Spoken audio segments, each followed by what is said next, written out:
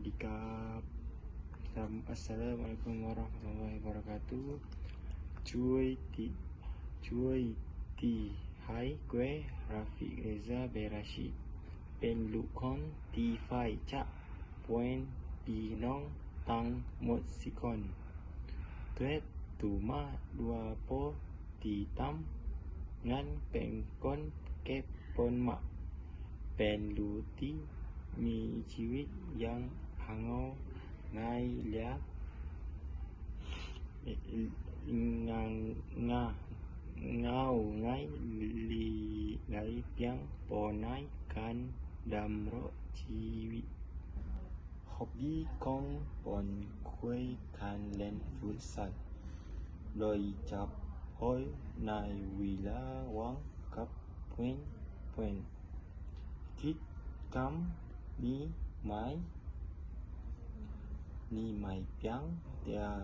ช่วยให้ผมรักษาสุขภาพร่างกายแต่อีกยังช่วยลดความเครียดหลังจากการดำเนินชีวิตประ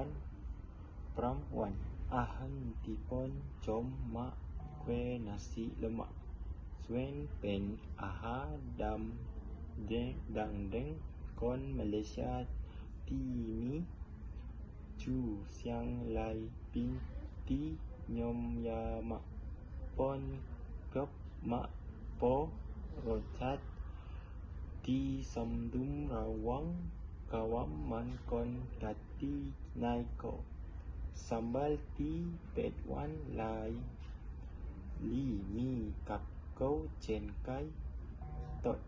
ปลาบิลิสกบตัวลายไก่เครื่องที่ผมชอบมากคือเมโลไอซ์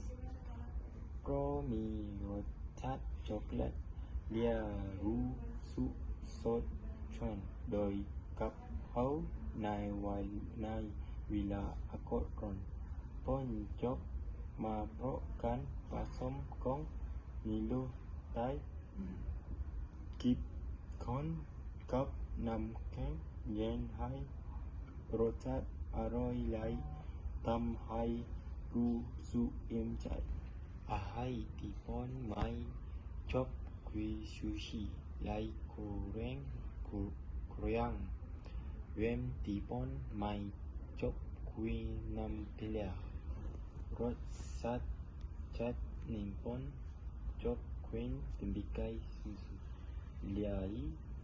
รสชาติที่ผมไม่ชอบคือรสชาติผลไม้ผสมผมชอบสวีทไวน์กาฮัดที่ส่วนคนผู้หญิงสวีทสินกับกำคนกุ้งปักส่วนเลดี้ที่ทันสมัยและได้ไม่ได้ยังทำด้วยครั้งที่ผมไปที่มอลผมใช้เวลาไปดูคอลเลกชันใหม่ๆเพราะแบรนด์นี้มีสไตล์ที่ชอบสำหรับการใช้